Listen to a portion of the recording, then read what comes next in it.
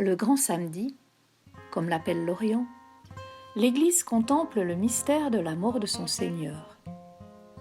Comment pourrions-nous célébrer Pâques sans traverser le silence du samedi saint ? Oui, Jésus est vraiment mort. Il n'a pas fait semblant. Il a pris le chemin qui sera le nôtre un jour. Il a quitté cette vie, ce monde, notre monde.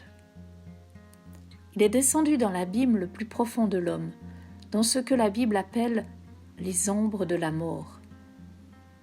Et l'Église ne craint pas de s'arrêter là un instant, de contempler avec crainte, mais aussi avec douceur, cette descente divine dans l'immense impuissance humaine.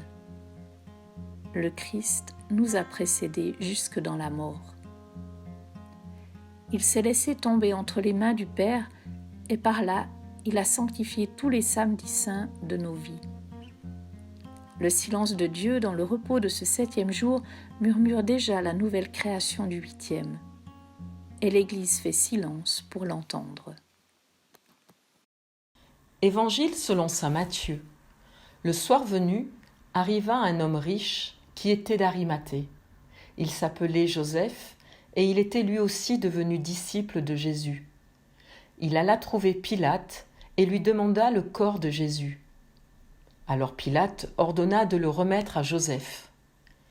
Celui-ci prit le corps, l'enveloppa dans un drap de lin neuf et le déposa dans son propre tombeau qu'il venait de faire tailler dans la roche.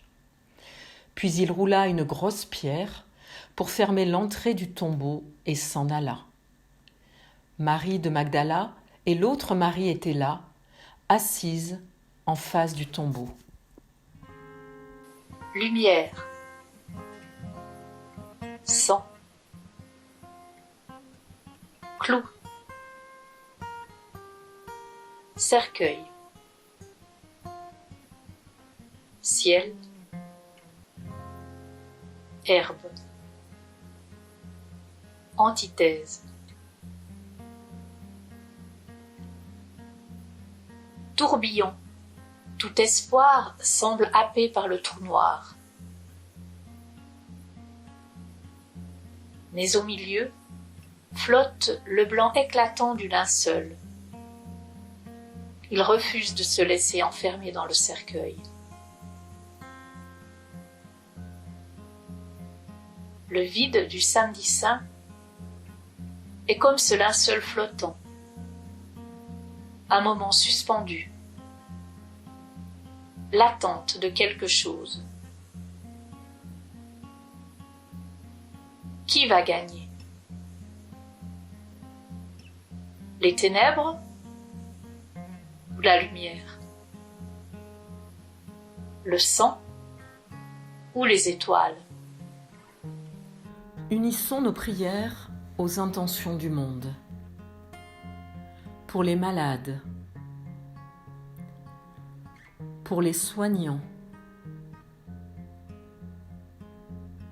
pour les personnes isolées,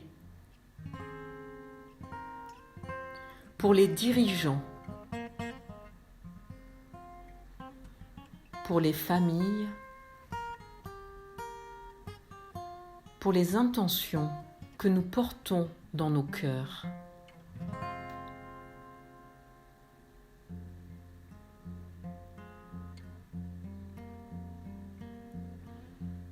Et en ce jour de grand silence, rejoignons la prière du Notre Père en langue des signes.